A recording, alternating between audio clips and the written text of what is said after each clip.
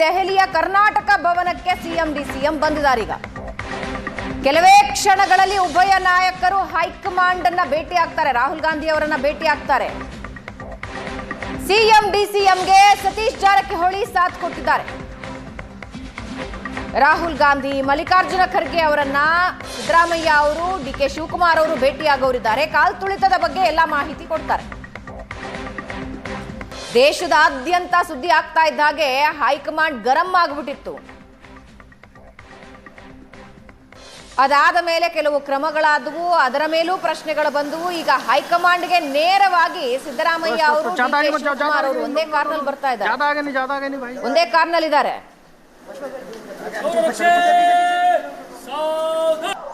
ಮುಂದಿನ ಸೀಟ್ನಲ್ಲಿ ಸಿದ್ದರಾಮಯ್ಯ ಅವರು, ಹಿಂದಿನ ಸೀಟ್ನಲ್ಲಿ ಡಿಕೆ ಶಿವಕುಮಾರ್ ಅವರು.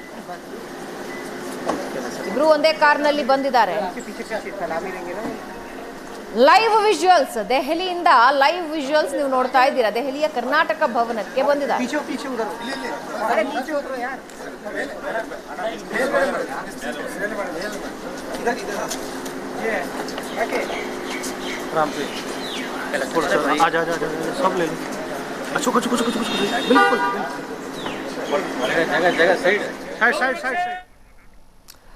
ಲೈವ್ ವಿಜುವಲ್ಸ್ ನೀವು ನೋಡ್ತಾ ಇದ್ದೀರಾ. ಕರ್ನಾಟಕ ಭವನಕ್ಕೆ ಬಂದಿದ್ದಾರೆ.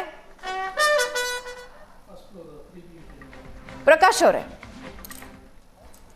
ಈಗ ಹೈಕಮಾಂಡ್ಗೆ ಉತ್ತರ ಕೊಡೋದಕ್ಕೆ ಸಿಎಂ ಮತ್ತೆ ಡಿಸಿಎಂ ಹೋಗ್ತಾ ಇರೋದನ್ನ ನಾವು ನೋಡ್ತಾ ಇದ್ದೀವಿ. ಆದರೆ ಜನಸಾಮಾನ್ಯರಿಗೂ ಒಂದು ಉತ್ತರ ಕೊಡಬೇಕು. ಇಡೀ ಸರ್ಕಾರನ ನಾವು ಯಾಕೆ ನಂಬ್ತೀವಿ ಅಂದರೆ, ಎಂಥದ್ದೇ ಅವ್ಯವಸ್ಥೆಯ ಸಂದರ್ಭದಲ್ಲೂ ಸರ್ಕಾರ ಭದ್ರತೆ ಕೊಡುತ್ತೆ ಅಂತ. ಆ ಭದ್ರತೆಯ ಲೋಪನೇ ದೊಡ್ಡದಾಗಿ ಕಂಡು ಬರ್ತಾ ಇದೆ. And at the same time sir, ನನ್ನ ಪ್ರಶ್ನೆ, ಸರ್ಕಾರದ ಅಡಿಯಲ್ಲಿ ಪೊಲೀಸ್ ಇಲಾಖೆ ಬರುತ್ತೆ, ಅಧಿಕಾರಿಗಳು ಬರುತ್ತೆ. ಆದರೆ ಇವರು ಎಷ್ಟು ಸುಲಭವಾಗಿ ಅಧಿಕಾರಿಗಳ ಕಾರಣ, ಪೊಲೀಸರ ಕಾರಣ, ಅವ್ರ ಕಾರಣ, ಇವ್ರ ಕಾರಣ, ನಮ್ಮದೇನು ತಪ್ಪಲ್ಲ, ಹೆಂಗ್ ಸರ್ ಒಂದು ಸರ್ಕಾರ ಹಿಂಗಿದ್ದೊಂದು ಸ್ಟೇಟ್ಮೆಂಟ್ ಆದರೂ ಕೊಡಕ್ಕೆ ಸಾಧ್ಯ? ಯಾಕೆಂದರೆ ಬಂಡುತನ ಹಂಗೆ ಬಂದ್ಬಿಟ್ಟಿದೆ ಅಧಿಕಾರದಲ್ಲಿ. ನೋಡಿ, ನನಗೆ 2 ಅವರ್ ಗೊತ್ತಿಲ್ಲ ಅಂತ ಹೇಳ್ತಾ ಇದ್ದಾರಲ್ಲ, ಇವ್ರಿಗೆ ಒಬ್ಬ ಪತ್ರಿಕಾ ಕಾರ್ಯದರ್ಶಿ ಇದ್ದಾರೆ ಜೊತೆಯಲ್ಲಿ, ಅಲ್ಲೇ ಇರ್ತಾರೆ ಅವ್ರ ಜೊತೆ. ಅನೇಕ ಮಾಧ್ಯಮ ಗ್ರೂಪ್ಗಳಲ್ಲಿ ಅವ್ರು ಇರ್ತಾರೆ. ಕ್ಷಣದಲ್ಲೂ ಎಲ್ಲ ಚಾನಲ್ಗಳು ಅವ್ರ ಕಾರ್ಯಕ್ರಮ ಕವರ್ ಮಾಡ್ತಿರಲ್ಲ, ಕಾಲ್ ತುಳಿತನ ಕವರ್ ಮಾಡ್ತಾಯಿದ್ರು. ತಕ್ಷಣ ಹೇಳ್ಬೋದಾಯ್ತು, ಸರ್ ಹಿಂಗಾಗಿದೆ ಇಲ್ಲಿ ಗಲಾಟೆ ಅಂತ. ಯಾರೂ ಇನ್ಫಾರ್ಮ್ ಮಾಡಿಲ್ಲ. ಇವರು ಪೊಲೀಸ್ ಕಮಿಷನರ್ನ ಬ್ಲೇಮ್ ಮಾಡ್ತಾ ಇದ್ದಾರೆ, ನನಗೆ ಬಂದು ಹೇಳಲಿಲ್ಲ ಅಂತ. ಅಲ್ರಿ, ಇನ್ಫಾರ್ಮ್ ಮಾಡಿಲ್ಲ ಅನ್ನೋ ಪ್ರಶ್ನೆ ಬರೋದೇ ಇಲ್ಲ. ಅವರ ಸುತ್ತಮುತ್ತಲು ಅಷ್ಟೊಂದು ಜನ ಇದ್ರಲ್ಲ, ಎಲ್ಲರ ಕೈಲೂ ಮೊಬೈಲ್ ಇದೆ, ಎಲ್ಲರ ಕೈಲೂ ಇಷ್ಟು ಸುಳ್ಳು ಹೇಳುವಂತ ಮುಖ್ಯಮಂತ್ರಿ ಇವ್ರು ಆಗ್ಬಾರ್ದಾಯ್ತು. ಅಂದ್ರೆ ಪರಿಸ್ಥಿತಿ ಒತ್ತಡ ಹೇಗಿದೆ ಅಂದ್ರೆ, ಇವ್ರಿಗೆ ಏನ್ಗೆ ಮ್ಯಾನೇಜ್ ಮಾಡ್ಬೇಕು ಅಂತ ಗೊತ್ತಿಲ್ಲದೆ ಸಿಕ್ಕಾಪಟ್ಟೆ ಸ್ಟೇಟ್ಮೆಂಟ್ಗಳು ಕೊಡ್ತಾ ಇದ್ದಾರೆ. ಇವತ್ತು ಜನಕ್ಕೆ ಉತ್ತರ ಕೊಡ್ರಿ ಅಂದ್ರೆ ಹೋಗಿ ಹೈಕಮಾಂಡ್ ಕೊಡ್ತಾ ಇದ್ದಾರೆ. ಇದೇ ಈ ಕಾಂಗ್ರೆಸ್ ಸಂಸ್ಕೃತಿ. ಇದು ಕಳೆದ 50 ವರ್ಷದಿಂದ ಇದೇ ಸಂಸ್ಕೃತಿ ಇವ್ರದ್ದು. ಇದು ಮುಂದುವರೆದೆ. ಇದು ಸಿದ್ದರಾಮಯ್ಯನವರು ಕಾಂಗ್ರೆಸ್ ಸಂಸ್ಕೃತಿಲಿ ಇರಲೇ ಇಲ್ಲ. ಇವರು ಕಾಂಗ್ರೆಸ್ ಸಂಸ್ಕೃತಿಗೆ ಬದಲಾಗಿರೋರು. ಆ ಬದಲಾದವರು ಇನ್ನಷ್ಟು ಮಿಲಿಟೆಂಟ್ ಆಗ್ಬಿಟ್ಟಿದ್ದಾರೆ ಕಾಂಗ್ರೆಸ್ ಸಂಸ್ಕೃತಿ ಬಗ್ಗೆ. ದುರಾದೃಷ್ಟಕರವಾದ್ದು. ಉಮೇಶ್ ಅವರೇ, 2 ಗಂಟೆಗಳ ಕಾಲ, 2 ಅವರ್ಸ್ ಒಂದು ಸರ್ಕಾರಕ್ಕೆ ಕಾಲ್ ತುಳಿತ, ಸಾವು, ಇದರ ಬಗ್ಗೆ ಇನ್ಫಾರ್ಮೇಶನ್ ಇಲ್ಲ ಅಂತಾರೆ. ಅದು ಎಲ್ಲಿ? ಕೂಗಳತೆ ದೂರದಲ್ಲಿ, ತೀರಾ ಏನೋ ಒಂದು 400-500 ಕಿಲೋಮೀಟರ್ ದೂರದಲ್ಲಿ ನಡೆದು ಹೋಗಿದೆ. ಅದ್ರ ಬಗ್ಗೆ ಏನೋ ಸರಿಯಾಗಿ ಇನ್ಫಾರ್ಮೇಶನ್ ಸಿಗ್ತಾ. ಫಸ್ಟ್ ಆಫ್ ಆಲ್, ಇನ್ಫಾರ್ಮೇಶನ್ ಸಿಕ್ಕಲ್ಲ ಅನ್ನೋದೇ ಸುಳ್ಳು ಅಂತ ನನಗನ್ಸುತ್ತೆ. 500 ಕಿಲೋಮೀಟರ್, 1000 ಕಿಲೋಮೀಟರ್ ದೂರ ಇರಲಿ ಸರ್, ಇನ್ಫಾರ್ಮೇಶನ್ ನಮ್ಮ ರಾಜ್ಯದ ಗಡಿ ಒಳಗಡೆ ನಡೀತಾ ಇರೋ ವಿಷಯ ಗೊತ್ತಿಲ್ಲ ಅಂತ ಅವ್ರು ಹೇಳ್ತಾರೆ ಅಂದರೆ ಅದು ನಾನು ಸುಳ್ಳು ಅಂತಾನೆ ಹೇಳ್ತೀನಿ. ಅದರ ಜೊತೆಗೆ ಕೂಗಳತೆ ದೂರದಲ್ಲಿ ಒಂದು ಅಷ್ಟು ಜನ ಉಸಿರುಗಟ್ಟಿ ತುಂಬ ಪರಿಸ್ಥಿತಿ ಗಂಭೀರವಾಗಿದೆ ಅಂತ ನಾವು ಕಂಟಿನ್ಯೂಸ್ ಆಗಿ ಲೈವ್ ಮಾಡಿದ್ದೀವಿ ಸರ್. ಎಲ್ಲ ಮಾಧ್ಯಮಗಳು ಮಾಡಿವೆ. 4 ಗಂಟೆಯ ಹೊತ್ತಿಗೆ ಏನೋ ಅಧಿಕಾರಿಗಳಿಂದ, ವೈದ್ಯಾಧಿಕಾರಿಗಳಿಂದ ಬಂದ ಇನ್ಫಾರ್ಮೇಶನ್ ಮೇಲೆ ನಾವು ಅದನ್ನ ಡಿಕ್ಲೇರ್ ಮಾಡಿದ್ವಿ. ಅಂದ್ರೆ ನಾವು ಅದ್ರ ಬಗ್ಗೆ ಹೇಳಿದ್ವಿ.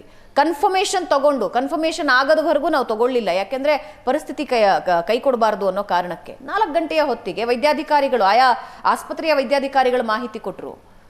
ಸರ್ಕಾರಕ್ಕೆ ಬಗ್ಗೆ ಇನ್ಫಾರ್ಮೇಶನ್ ಇಲ್ವಾ ಸರ್? ನನಗೆ ನೋಡಿ ಮೇಡಮ್, ನನಗೇನೆ ಮಾಧ್ಯಮ ಪ್ರತಿನಿಧಿಗಳು, ನಾನು ರಸ್ತೆನಲ್ಲಿ ಟ್ರಾವೆಲ್ ಮಾಡ್ಕೊಂಡು ಹೋಗ್ತಾ ಇದ್ರೆ ತಕ್ಷಣನೇ ಸರ್ ಈ ಥರ ಆಗೋಗ್ಬಿಟ್ಟಿದೆ, ಈಗ ನಾನು 11 ಜನ ಸತ್ತೋಗ್ಬಿಟ್ಟಿದ್ದಾರೆ, ಇದ್ರ ಸ್ವಲ್ಪ ಮಾತಾಡಬೇಕಲ್ಲ ಅಂದರು. ನಾನು ಯಾರಿಗೆ ಸಂಬಂಧಪಡದೇ ಇದ್ದವನು, ನನಗೆ ಅಂತ ಇನ್ಫಾರ್ಮೇಶನ್ಗಳು ಬರ್ತದೆ, ನನಗೆ ಕೊಟ್ಟರು ಅದನ್ನ ಅಂತ ಅಂದರೆ ಅಪ್ರಾಕ್ಸಿಮೇಟ್ಲಿ ಎಷ್ಟೊತ್ತಿಗೆ ಬಂತು? ಆಗ ಇನ್ ಅಂಡ್ ಅರೌಂಡ್ ಅಬೌಟ್ ಒಂದು 4:15 ಇರಬೇಕಷ್ಟೇ. 4:15 ಹೌದು. 5 ಗಂಟೆಯ ಹೊತ್ತಿಗೆ ರಾಜ್ಯದ ಡಿಸಿಎಂ ಹೋಗಿ ಚಿನ್ನಸ್ವಾಮಿ ಕಾರ್ಯಕ್ರಮದಲ್ಲಿ ಭಾಗಿಯಾಗ್ತಾರೆ ಸರ್.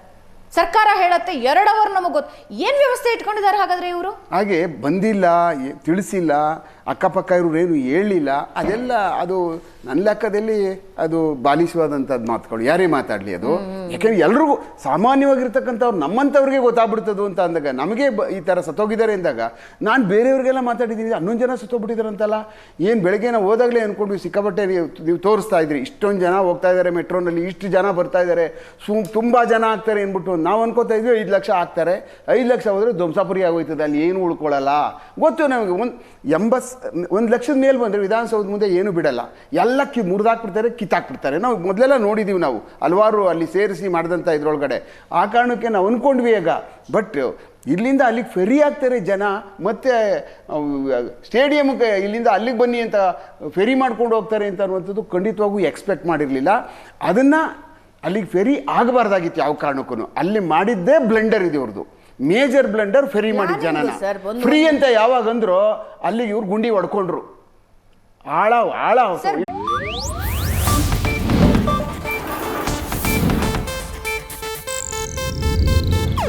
ಇದು ಏಷ್ಯಾನೆಟ್ ನ್ಯೂಸ್ ನೆಟ್ವರ್ಕ್ ಪ್ರಸ್ತುತಿ.